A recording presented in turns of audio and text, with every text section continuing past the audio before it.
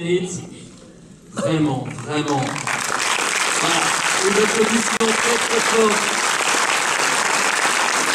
Parce que nous avons ce soir la joie d'accueillir tout de suite le réalisateur de ce très beau film. Je vous demande d'applaudir très fort Thierry Clippard.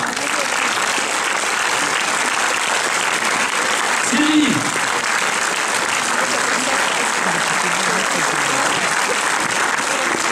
Merci Thierry. Je sens qu'il y a beaucoup d'émotions encore dans la salle. Bonsoir. Je me trompe?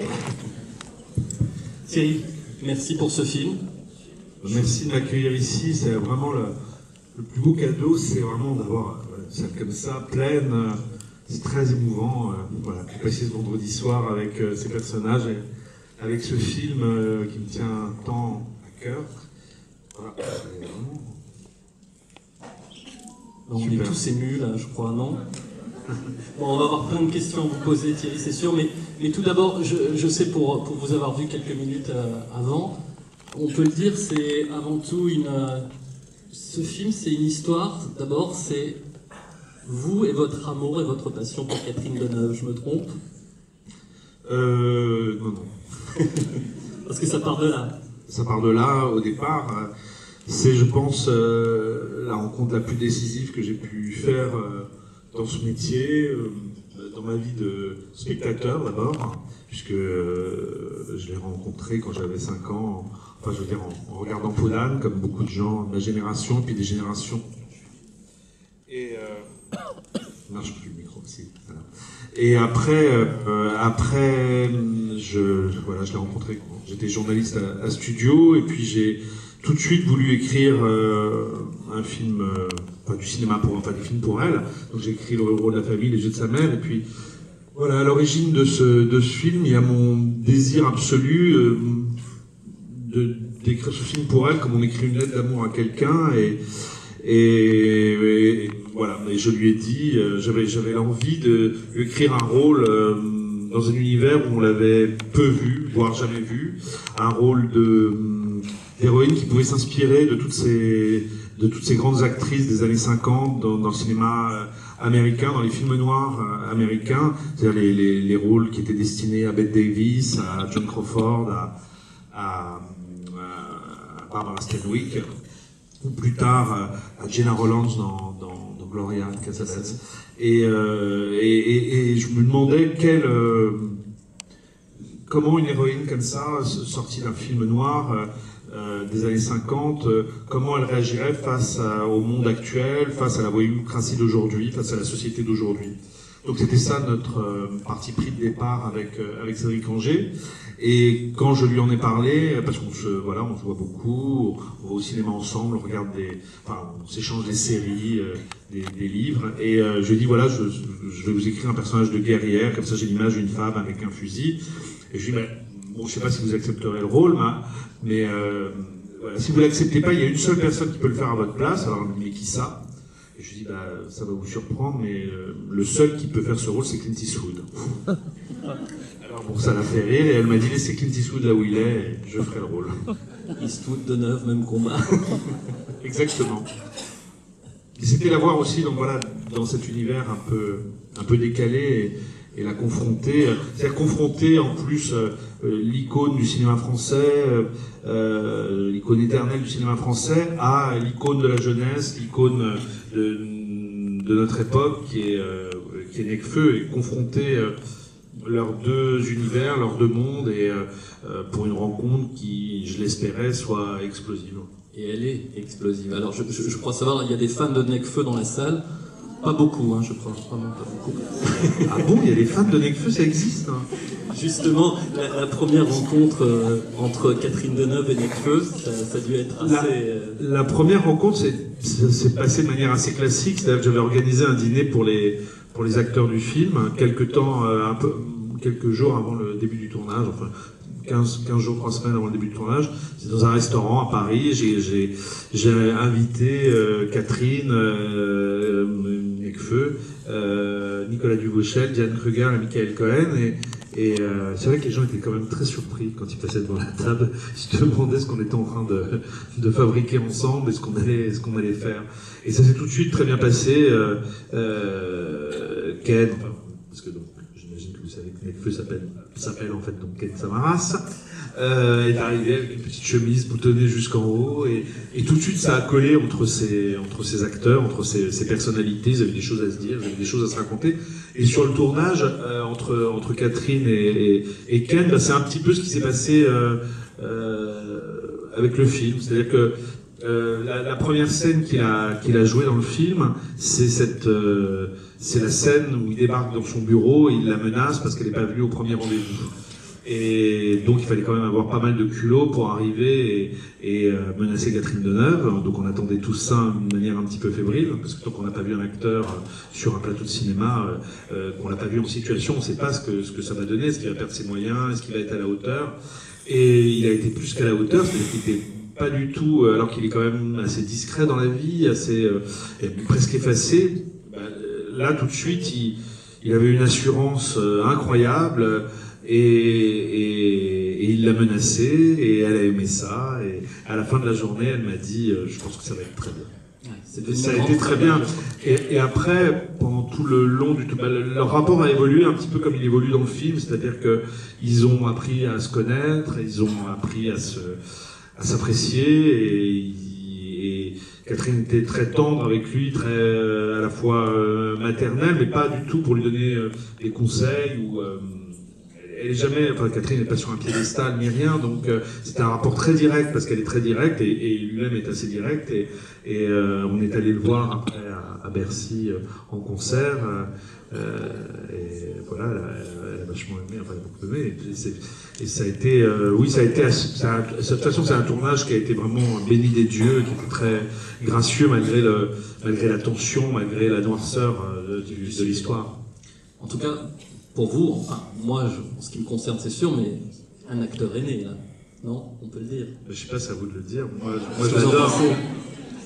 Mais il est très, oui, c'est son premier film, c'est ses premiers pas à l'écran, il est vraiment, moi je le trouve formidable, quoi. Et le rapport avec Nicolas Duvauchel, il y a un rapport de grand frère à, non, un petit frère. Oui, c'est un rapport, ils ne se connaissaient pas, mais ils ont un ami en commun. Donc pareil, j'étais allé avec Nicolas le voir en concert. Moi j'avais amené mes petits neveux et lui avait amené, enfin moi j'avais amené mes neveux, lui avait amené sa fille, qui était très fan de lui. Et ça a tout de suite collé. On avait pris, sur le tournage, donc le tournage se tournait entre Sète et Perpignan, on vivait tous les trois dans la même maison. Et en fait, Nicolas était un peu la figure tutélaire, était un petit peu non pas son guide, mais il l'écoutait, Ken l'écoutait, l'observait, le regardait, et il y a quelque chose presque comme un mimétisme qui s'est passé entre les deux, et je pense qu'elle avait beaucoup de respect pour lui, beaucoup d'affection, ce que Nicolas aussi avait pour lui, donc du coup, ça a été, oui, ça s'est passé, quoi. Vous savez, on sait jamais ce qui va se passer ou ne pas se passer sur un tournage entre les acteurs. C'est qu'on a beau tout prévoir, on a beau découper son film, se dire voilà la caméra. Ça. Il y a une chose qu'on ne sait pas, c'est l'humain, qu'on ne maîtrise pas, c'est l'humain. Qu'est-ce qui va se passer? Par exemple, sur César et Rosalie, qui est un classique du cinéma français, est-ce qu'on devine à l'écran que Romy Schneider avait beaucoup de mal à supporter le montant, mais qu'elle aimait beaucoup Sally Frey. Voilà. Bon. Là, sur ce film, ce qui a été vraiment comme un bonus en plus, c'est que oui, il y a eu des rencontres entre les uns et les autres. Et pour vous, une autre rencontre évidente, c'était celle entre Diane Feuguer et Catherine Deneuve, quoi. Oui, c'est-à-dire que je trouvais qu'elles avaient... Diane, c'est la première fois que je travaillais avec elle, mais ça faisait des années que je voulais travailler avec elle. C'est une actrice que j'avais adorée chez Guillaume Canet, qui était son premier film, dans Mon idole, que j'avais adoré dans Inglourious Basterds de Tarantino, ou dans le film de Benoît Jacot, où elle jouait Marie-Antoinette, Les Adieux à la Reine. Et c'est une... En fait, moi qui suis un enfant du cinéma, si j'avais fait du cinéma dans les années 70, mon rêve secret, mon rêve le plus profond, aurait été de réunir Catherine Deneuve et Romy Schneider. Bon, il se trouve que ça n'arrivera jamais puisque Romy est morte trop jeune, mais en fait, je trouve que Diane se pose un peu, pas seulement parce qu'elle est allemande, pas seulement parce qu'elle a cet accent qui rappelle celui de Romy, mais je trouve que dans l'intensité, dans l'émotion, moi, me rappelle Romy. Et donc, quand je les voyais toutes les deux ensemble, j'avais quelque part l'impression, voilà, je me disais, bah, c'est un petit peu comme si je les avais réunis il y a quelques années. Bah voilà, je le fais avec l'héritière de Romy Schneider. Et puis après, elles ont ce même rapport à l'émotion, cette même distance par rapport aux situations. Elles ont cette beauté invraisemblable l'une et l'autre, enfin, cette beauté hitchcockienne. Donc ça allait vraiment bien. Et je trouve qu'en plus, Diane est sans doute l'une des filles de cinéma les plus crédibles en fait, que Catherine ait pu avoir, à part bien sûr à part Chiara, à part sa fille bien sûr.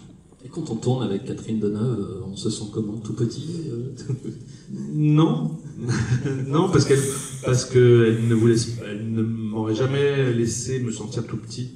C'est-à-dire que c'est quelqu'un elle est tout le temps du côté du metteur en scène, elle est tout le temps du côté du film, elle est tout le temps du côté du cinéma. C'est-à-dire que c'est quelqu'un qui s'intéresse à tout, qui s'occupe de tout, de la cantine, à l'image. Elle aime ça, c'est sa vie, et sur ce film où elle était particulièrement impliquée, ce film n'aurait jamais pu se faire sans elle, puisque c'est un film, comme c'était un film assez noir, c'était pas une comédie, c'est un film où il fallait vraiment faire des efforts financiers pour que tout l'argent soit à l'écran et pas forcément voilà, que les acteurs fassent des efforts. Et elle a été la première à accepter les conditions parce qu'elle y croyait profondément et qu'elle adorait cette histoire. Donc du coup, c'est une partenaire extraordinaire. Elle a lu le scénario en premier, elle nous a fait des tas de remarques à Cédric Angers avec qui j'ai écrit et à moi. Et voilà, ce film n'existerait pas sans elle, ça c'est sûr. Et le choix de ces films, c'est ça qui est intéressant, je trouve, dans sa carrière, c'est qu'elle pourrait se contenter effectivement de... Oui, mais non. Mais non, elle prend des risques et ça c'est beau. Oui, les risques, tout est relatif. C'est pas des... Mais c'est quelqu'un de très curieux et de très enthousiaste. Et le risque, c'est davantage pour un acteur de se répéter ou de faire des choses qu'on a l'habitude de faire. Là, elle avait un personnage, voilà, à la Clint Eastwood ou à la Gina Roland, et c'était pas quelque chose qu'elle avait fait auparavant. Alors, le public, des questions, je suis sûr que vous en avez. Oui, madame. Bonsoir. Bonsoir. Merci pour ce film. Merci. Je reviens sur Necfeu. Ma question, les autres sont tous des comédiens. Pourquoi Necfeu? Vous avez dit c'est une icône de la jeunesse, j'entends bien, mais c'est un chanteur. Comment vous en êtes venu à penser à Necfeu? Quand j'écrivais, moi j'ai toujours aimé, dans tous les films que j'ai faits, j'ai toujours aimé mélanger les familles de cinéma. J'aime surprendre en fait à travers les castings que je fais. J'aime pas que ça ronronne en fait.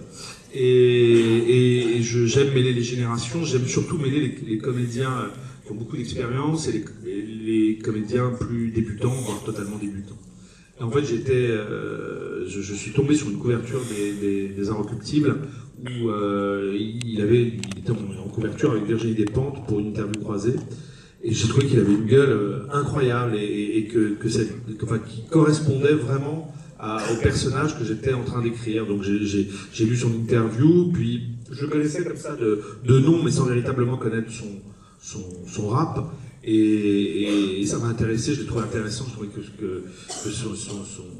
son album en solo venait juste de sortir, donc on n'était pas encore dans la folie qui s'est passée après autour de lui. Donc j'ai demandé à le rencontrer, on a pris un café ensemble, on s'est tout de suite bien entendu, il m'a expliqué que le cinéma pour lui n'était pas une nécessité, juste une envie, si on lui proposait quelque chose qui l'intéresse, on lui avait proposé beaucoup de choses qui étaient un peu des ersatz de ce qu'on peut imaginer qu'est un rappeur, c'est-à-dire des rôles qui étaient vraiment qui volaient pas très haut visiblement, d'après ce qu'il m'a dit. Et là, il a senti que c'était vraiment une démarche de cinéma, que d'abord par rapport à ce que j'avais fait avant, et puis par rapport au casting qui était déjà rattaché au film. Donc je lui ai donné le scénario, il m'a dit je le lis très vite, il l'a lu effectivement très vite, puisqu'il l'a lu en 3 jours. Il m'a rappelé en me disant qu'il était intéressé, donc c'était promis l'un et l'autre, en tout cas avant même qu'il lise le scénario, que si ça l'intéressait, on ferait des essais pour savoir un peu ce qu'il avait dans le ventre et si on s'entendait dans le travail. Donc on a fait des essais. Et tout de suite, je me suis aperçu qu'il avait ce qui ne s'apprend pas. Et que ce qu'il devait apprendre, il allait l'apprendre très vite. Et c'est ce qui s'est passé. Je lui ai présenté une coach un peu avant le tournage pour non pas travailler les scènes du film ou le personnage, mais pour lui apprendre les rudiments qu'on apprend dans les cours de comédie, c'est-à-dire apprendre à respirer, à poser sa voix, à bouger, enfin des choses comme ça. Et il était vraiment totalement prêt. Comme je dis, la première scène qu'il a fait, c'est cette scène du bureau, donc il était vraiment prêt quand il a débarqué. Mais c'est quelqu'un de très sérieux, c'est quelqu'un de très engagé, de très professionnel et de passionné. Puis vous savez, quand vous prenez un acteur qui n'est pas justement professionnel, justement, il n'a aucun tic. Il n'a pas de tic, il n'a pas d'habitude. Il peut déstabiliser même ceux qui ont plus d'expérience que lui. Et ça c'est assez amusant aussi pour un metteur en scène. C'est-à-dire qu'une fois de plus, il sort tout le monde de sa zone de confort. Et c'est ce qui, je pense, amène de la vie au film. C'est tout ce qu'on ne peut pas prévoir. Merci. Est-ce que vous avez senti chez lui l'envie de continuer, de poursuivre dans le cinéma? Ah oui. Mais c'est toujours pareil, c'est-à-dire que je pense que le cinéma est vraiment entré dans sa vie. Il a eu cette expérience qui était quand même qu'il a vécu avec beaucoup de joie et de plaisir. Mais bon, il a déjà tourné un autre film après le mien, et puis il a beaucoup de propositions. Et je pense que quand les gens vont voir les gens du métier vont voir le film, ça va leur donner des idées. Après, je pense que c'est quelqu'un de, ce que je disais, de très engagé, de très intègre par rapport à une certaine ligne artistique, il a une vraie morale artistique, et ce qui fait qu'il ne pourrait pas s'engager dans un projet qui irait à l'encontre de ce qu'il a envie de faire véritablement. Et donc je pense qu'il va continuer, mais de manière comme ça parcimonieuse, en choisissant véritablement ce qu'il a envie de faire. Et avec vous, pourquoi pas? Qui sait? Oui, bien sûr. Vous savez, je suis très fidèle, donc en tout cas au cinéma. Une autre question. Alors, c'est vendredi, on est fatigué. Je suis sûr qu'il y a des questions. Voilà, là-bas, je vois, mademoiselle.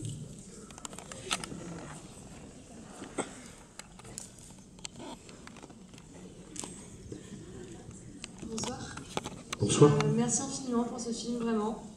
Merci à vous. Et moi j'avais une question, c'est que si je me trompe pas, vous avez co-écrit ou co-réalisé le film L'homme qu'on aimait trop avec Guillaume Canet et Catherine Deneuve. Pas du tout. Ah non, pas du tout, d'accord. Non, en fait c'est mon scénariste. C'est Cédric Angers, fait, avec qui j'ai écrit et qui a co-écrit avec André Téchinet L'homme qu'on aimait trop, avec Catherine Deneuve et Guillaume Canet. Et moi j'avais une question, c'est que, bon, du coup c'est pas lié directement à vous, mais étrangement je trouvais que le rôle que tenait Catherine Deneuve dans Tout nous sépare, cette figure tutélaire de la mère qui prend en charge, qui défend son enfant, ça m'a énormément rappelé le film sur Maurice Agnelet. Est-ce que c'était de la part donc, de votre co-scénariste, il y a eu un rapprochement ou c'est un pur hasard? C'est un peu un hasard. En fait, je pense que ce personnage-là, elle est beaucoup plus fêlée, Louise, que René Leroux. Beaucoup plus fêlée, beaucoup plus vulnérable aussi. Et beaucoup plus humaine, bizarrement, alors que c'est un personnage de fiction et que l'autre était un personnage réel. Après, effectivement, il y a des coïncidences, le fait que, il y a des rapprochements, le fait que ce soit une mère, une fille, voilà, et que ce soit une mère qui veuille protéger sa fille d'un garçon, voilà aussi. Mais je pense que le personnage de Louise est beaucoup plus, comme elle dit à Nekfeu sur le toit, quand il lui dit je suis un sale type et qu'il lui dit je suis aussi un sale type. Je pense que le personnage de mon film est beaucoup plus un sale type que René Leroux. Merci. Je vous en prie, et bravo pour votre cinéphilie en tout cas. C'est un très beau film, c'est un film que j'adore, et c'est ce film-là qui m'a donné envie de travailler avec Cédric Angers. Donc vous n'étiez pas très loin du compte. Une autre question? N'hésitez pas. Ah, là il y a une petite main. Tu veux? Il arrive. Là, voilà. Derrière vous. Bonsoir. Je Bonsoir, madame. voulais poser une question à propos de Nicolas Duvauchel. Oui. Parce que c'est un acteur que j'aime vraiment énormément. Et Moi aussi. il a cette espèce de force intérieure. On lui donne quand même assez souvent ce type de rôle. Et je l'ai vu récemment dans Un beau soleil intérieur. Et là, il est complètement différent.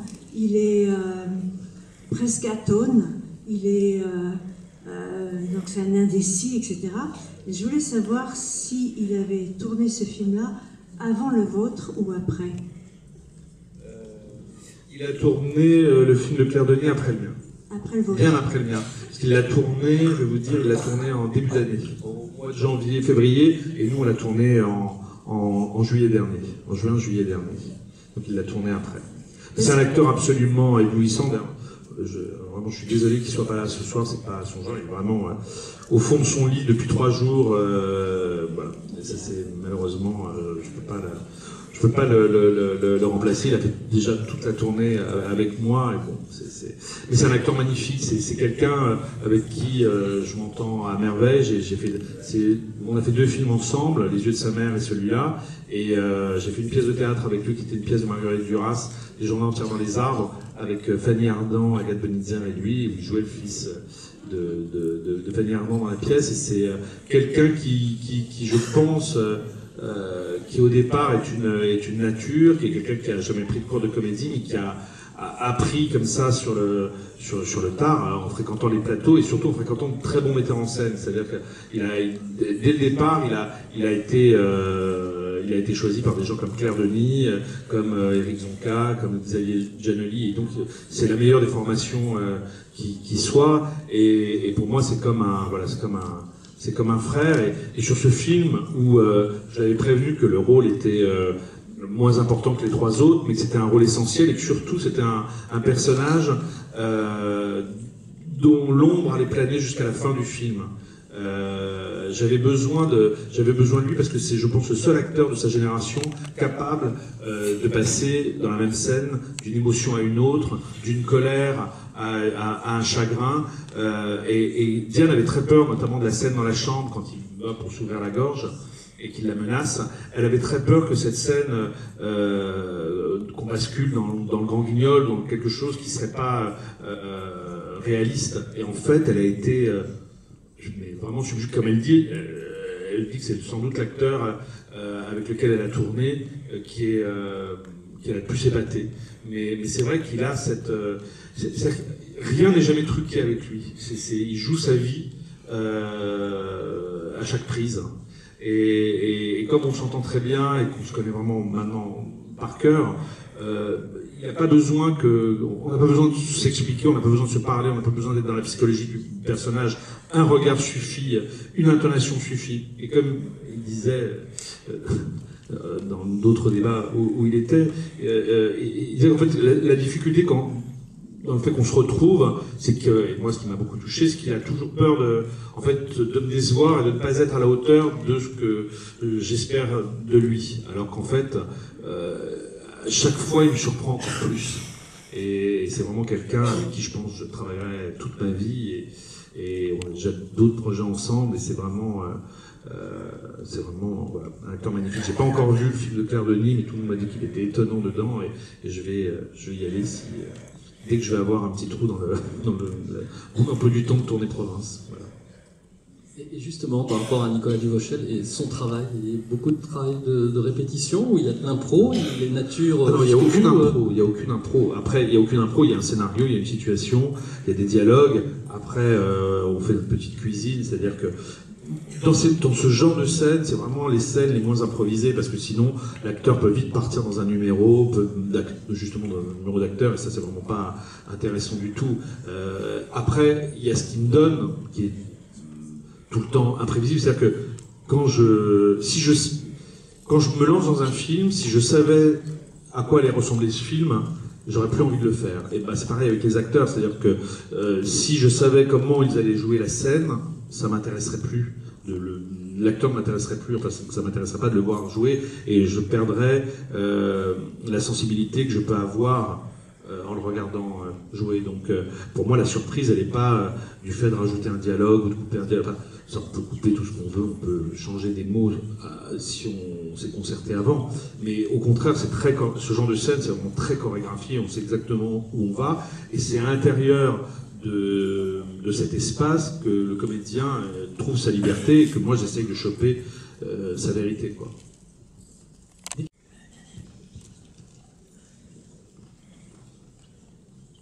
Bonsoir, je voulais juste savoir qu'est-ce qui vous a donné l'envie d'écrire un tel film avec des sujets comme la drogue, la relation mère-fille. Je voulais juste savoir ce qui vous avait donné envie d'écrire sur ça. J'avais envie de faire un film qui soit vraiment connecté avec... moi j'ai l'habitude de faire des films comme ça, très romanesques, des mélos, des choses. Et là j'avais envie de faire un film qui soit véritablement ancré avec la réalité d'aujourd'hui. Un film qui soit comme une photo de notre époque, une photo de cette violence qu'il peut y avoir dans notre monde, dans nos vies. Il y a deux violences, c'est-à-dire qu'il y a la violence physique, bon, que vous voyez, puis il y a la violence morale. Par exemple, cette femme, quand elle accepte ce chantage, quand elle accepte d'être instrumentalisée par Nekfeu, il y a quelque chose d'expiatoire dans sa démarche, c'est-à-dire qu'elle pense qu'elle va laver sa conscience de ce que sa fille a fait. Elle pense qu'en payant, elle va se racheter une conscience, qu'elle va se racheter une âme.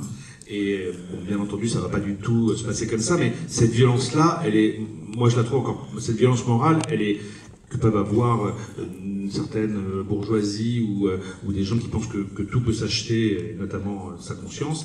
Je pense que cette violence morale, elle est plus forte que la violence physique. Donc j'avais envie de parler de tout ça avec d'autres thèmes qui me sont propres, pas propres, mais en tout cas qui me sont proches et que j'ai déjà abordés dans mes précédents films ou dans les pièces de théâtre que j'ai pu faire, qui sont la transmission, la filiation, et puis le rapprochement entre des mondes qu'on croit totalement opposés, qu'on croit totalement antagonistes, et finalement, en fait, le problème, c'est le trait d'union entre ces mondes. Le trait d'union, c'est la parole, c'est de pouvoir se rencontrer, de pouvoir se parler, et c'est le dialogue qui manque. Donc voilà, modestement, avec ce film, que je voulais comme un polar, que je voulais tendu, que je voulais comme un page turner, c'est-à-dire vraiment passionnant, enfin palpitant en tout cas, je voulais aussi faire une radiographie de ce monde, de notre monde. D'autres questions? Au fond, je crois, oui, voilà.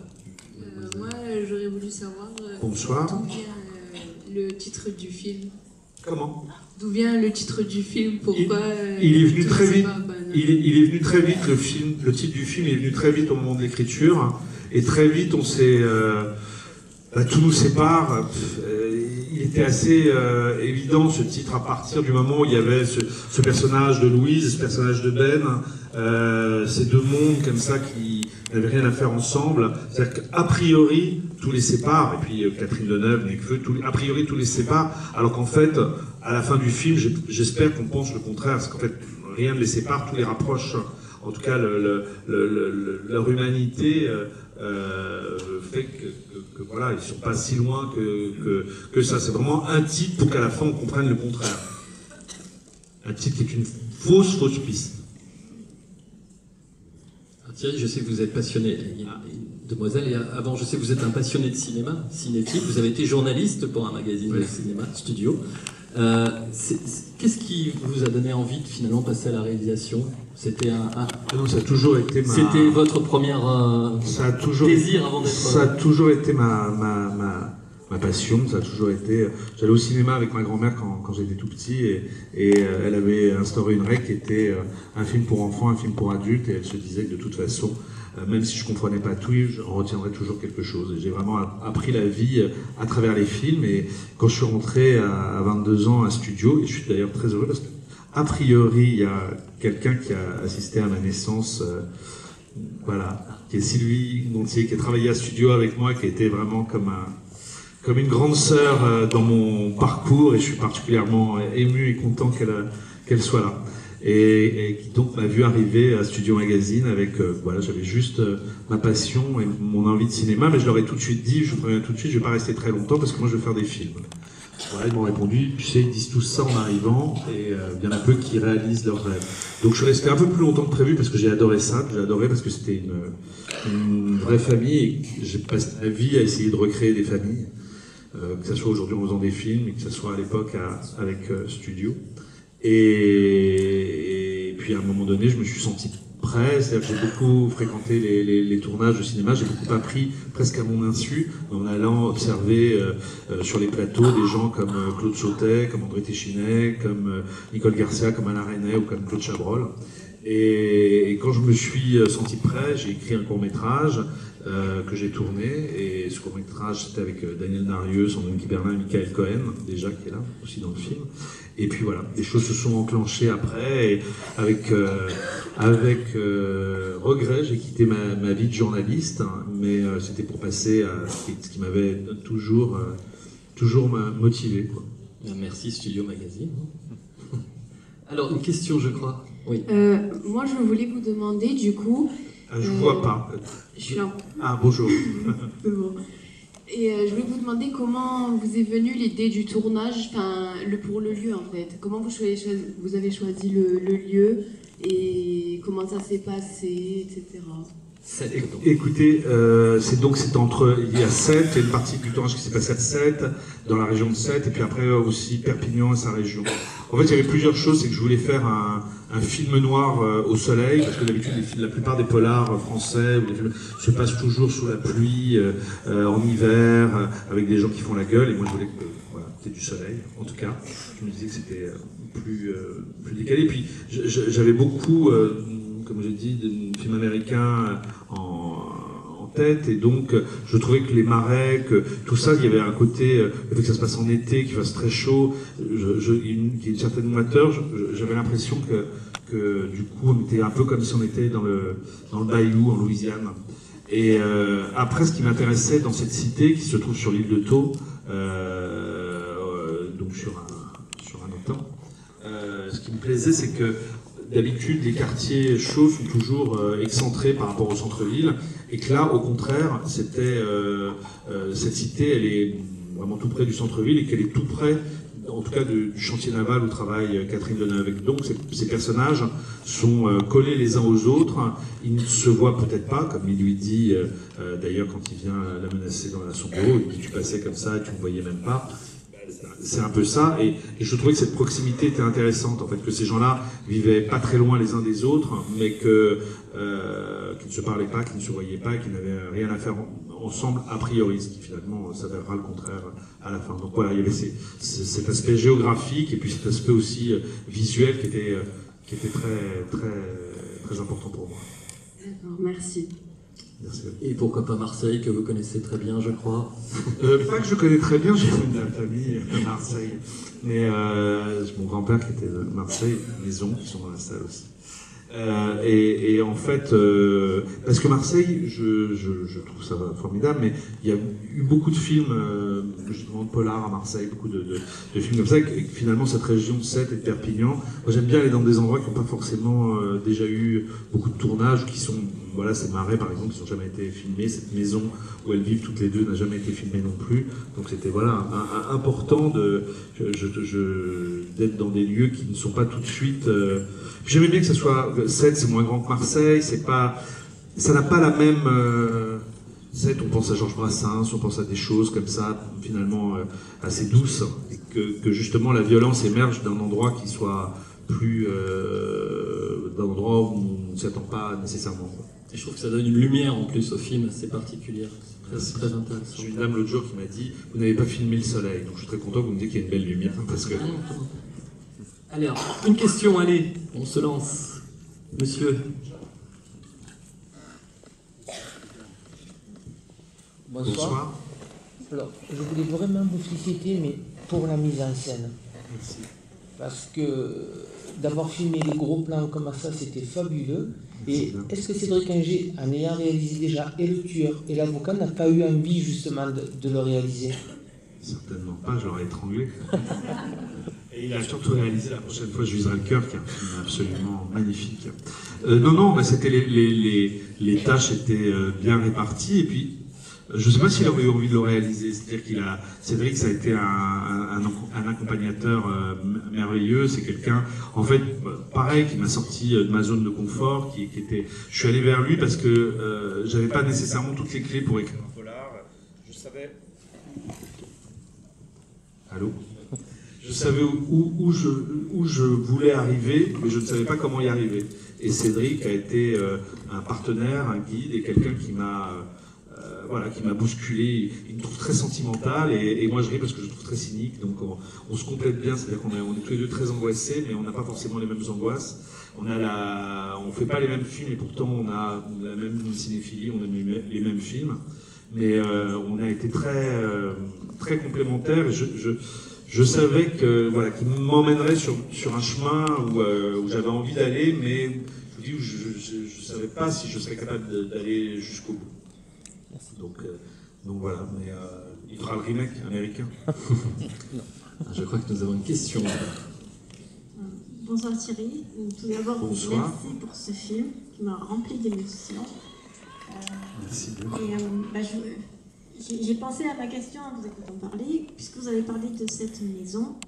Moi, lorsqu'on voit le premier personnage qui va entrer dans la maison, cette maison cossue, cette grande maison avec un parvis, j'ai été un peu étonnée de voir l'intérieur aussi vétuste. Alors, je suis sûre que c'est un choix de votre part, oui. Mais est-ce que vous pouvez nous l'expliquer?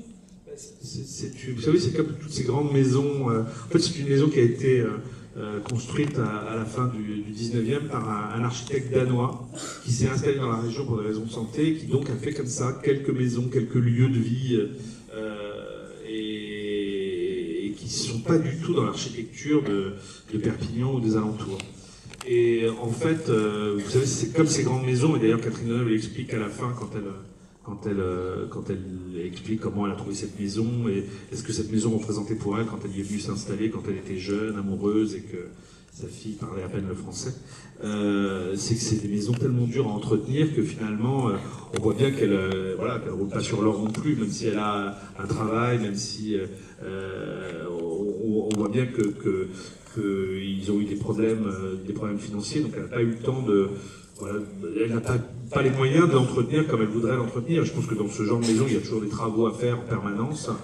On va au plus pressé, au plus urgent, on va davantage réparer une fuite d'eau que de refaire une peinture ou des choses comme ça. Voilà. Ah, une autre question.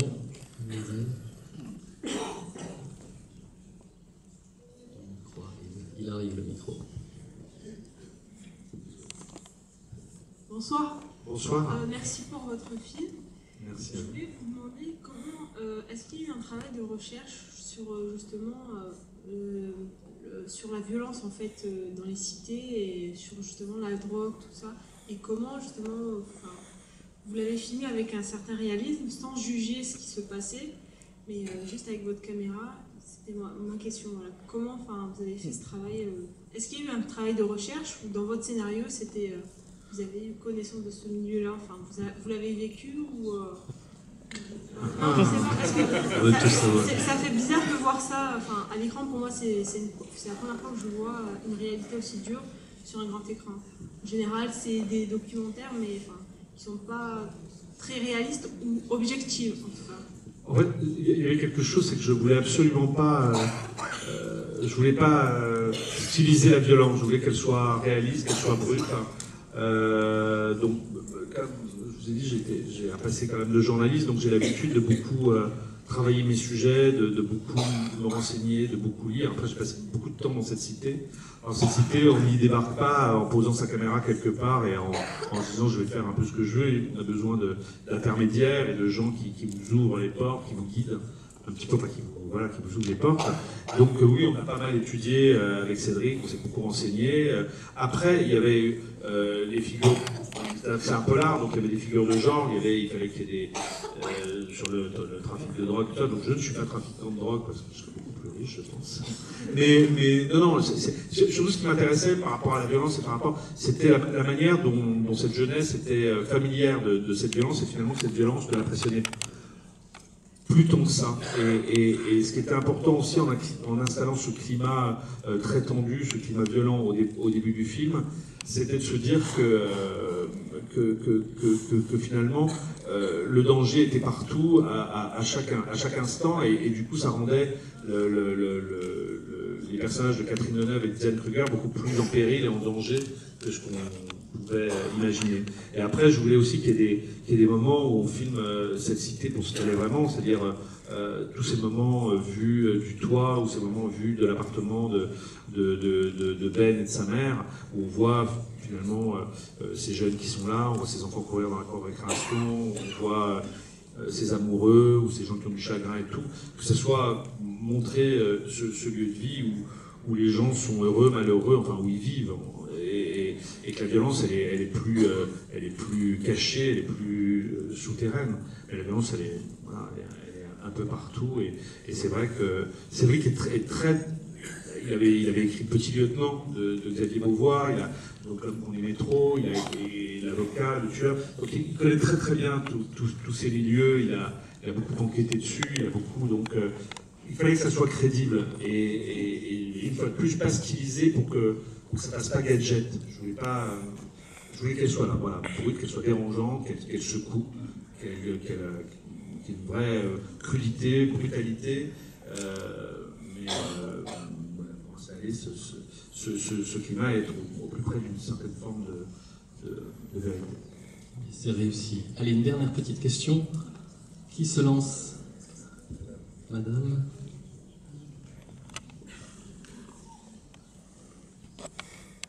C'est pas de la vodka, je vous rassure. La drogue, la vodka, ça suffit. Bonsoir. Bonsoir. Je voulais savoir quelles sont les personnes à qui vous avez dédié ce film. Les deux personnes, les deux noms qu'on voit. Vous voulez me faire pleurer? Non. Luc Barnier, c'était un des plus grands monteurs du cinéma français.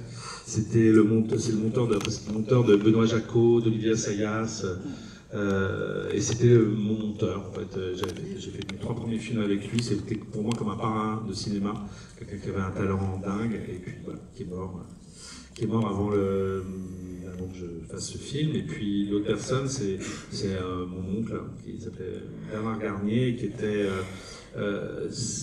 venu, quand j'avais 20 ans, je disais je vais faire du cinéma, ma famille n'avait rien à voir avec le cinéma, donc il m'a invité, il habitait Lyon, il m'a invité dans un restaurant qui n'existe plus à Paris, qui s'appelle le Val d'Isère, c'est là où François Truffaut a tourné la fin de La Peau douce, c'est un restaurant qu'il aimait beaucoup, que j'aimais beaucoup aussi, et il est venu pour me convaincre de ne jamais faire de cinéma, et que de toute façon c'était pas mon destin, et que c'était pas le destin de ma famille. Et puis, je sais pas, j'ai dû être particulièrement inspiré ce soir-là, et lui qui était quand même quelqu'un d'assez rigide et d'assez sévère, est sorti du dîner en disant écoute, je sais pas comment tu vas t'y prendre, je sais pas comment tu vas faire, mais il faut absolument que tu fasses du cinéma.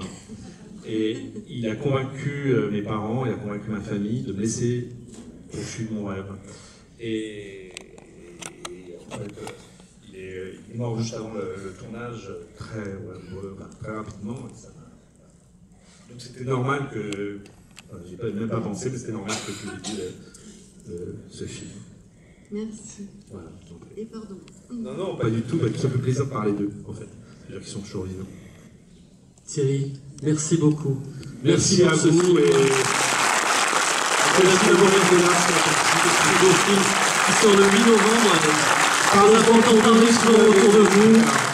Parlez-en beaucoup, parce que il en vaut la peine. Voilà. Merci. Tous nos séparts. Merci Thierry. Merci.